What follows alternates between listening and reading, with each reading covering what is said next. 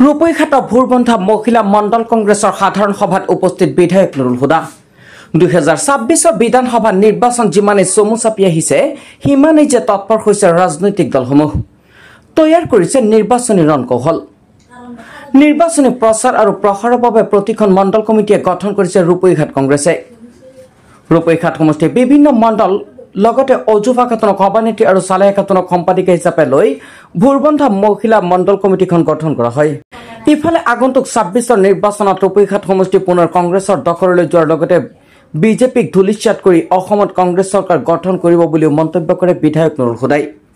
আমি এটা মহিলা আমাৰ ব্লক কংগ্ৰেছৰ জৰিয়তে প্ৰতিটো মণ্ডলত পঞ্চায়ত ভিত্তিত মহিলা মণ্ডল কংগ্ৰেছ কমিটি গঠনৰ কাম আৰম্ভ হৈছে আজি আপোনালোকে দেখা পাইছে বুৰবন্ধা মণ্ডল কংগ্ৰেছ এলেকাৰ আমাৰ সমূহ মহিলাসকল ওলাই আহি সবেই আজি মণ্ডল মহিলা কংগ্ৰেছ গঠন কৰিছে আৰু সকলোৰ মনত এটাই আশা যে আমাৰ ধৰ্মনিৰপেক্ষ শক্তিক যাতে আমি দায়িত্ব দিব পাৰোঁ তাৰ কাৰণে আজি মহিলাসকল ওলাই আছে বিজেপিৰ সাম্প্ৰদায়িকতা তেওঁলোকৰ স্বৈৰাচাৰী শাসন অত্যাধিক দ্ৰব্য মূল্য বৃদ্ধি এইবিলাকৰ পৰা নাইকিয়া কৰাৰ কাৰণে পৰিৱৰ্তন বিচাৰিছে যিটো পৰিৱৰ্তনে সকলোৰে মাজত শান্তি প্ৰগতি আনিব আৰু সেই শান্তি প্ৰগতিৰ কাৰণে এটাই ভাৰতীয় জাতীয় কংগ্ৰেছ দল সেই দলকে সকলো আঁকোৱালি লৈছে আজি মই বুৰবন্ধা গাঁৱৰ বুৰবন্ধা মণ্ডল কংগ্ৰেছ এলেকাৰ সমূহ মহিলাক মই ধন্যবাদ আৰু কৃতজ্ঞতা জ্ঞাপন কৰিছোঁ যে তেওঁলোকে ওলাই আহি কংগ্ৰেছৰ হাত শক্তিশালী কৰাত আগভাগ লৈছে আৰু নতুন কমিটি গঠন হৈছে আৰু এই কমিটিৰ জৰিয়তে প্ৰতিটো ঘৰে ঘৰে গৈ কংগ্ৰেছৰ বাৰ্তাবিলাক বিলাব আৰু 2026 চনত একক সংখ্যাগৰিষ্ঠতা দল হিচাপে কংগ্ৰেছেই অসমৰ চৰকাৰ গঠন কৰিব এইবাৰ 26ত ৰূপৈঘাট সমষ্টিৰ পৰা বিজেপিয়ে এটা শক্তিশালী প্ৰাৰ্থীত্ব আগবঢ়াব বুলি চৰ্চা চলিছে মানে প্ৰাৰ্থীটো চবেই শক্তিশালী প্ৰাৰ্থী দিয়ে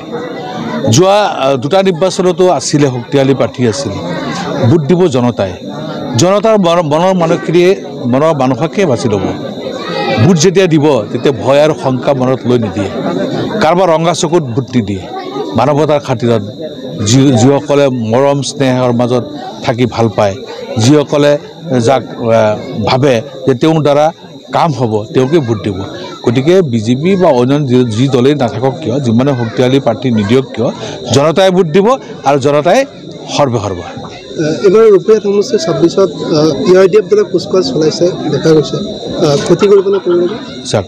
অকল ইআইডিএফ নহয় অন্যান্য দলৰ কুচকাৱাজ চলাইছে নিৰ্বাচন আহিলে প্ৰতিটো দলেই নিজৰ নিজৰ কথাখিনি ক'ব নিজৰ অগ্ৰগতি লাভ কৰাৰ কাৰণে চেষ্টা কৰিব বিবেচনা জনসাধাৰণে কৰিব ৰূপৈ সমষ্টিৰ সমূহ জনসাধাৰণ সচেতন আৰু তেওঁলোকে উপলব্ধি কৰি আছে যে আজি কি হৈ আছে আৰু কোনটো দলৰ চৰকাৰ হ'লে যে আমাৰ সমূহীয়া উন্নয়ন হ'ব প্ৰগতি হ'ব আমি শান্তিৰে থাকিব পাৰিম আমি সকলো জাতি জনগোষ্ঠীৰ মানুহ ভাই ককাই হিচাপে মিলা প্ৰীতিৰে বসবাস কৰিব পাৰিম এই কথাখিনি প্ৰত্যেকজন নাগৰিকৰ অন্তৰে আছে গতিকে কংগ্ৰেছৰ বাহিৰে বেলেগ কোনো প্ৰত্যাহ্বান আছে বুলি মই নাভাবোঁ নিশ্চিত আল্লাহৰ ৰহম নিশ্চিতভাৱে আজি অসমৰ সমূহ জাতি জনগোষ্ঠীৰ মানুহ ঐক্যবদ্ধ হৈছে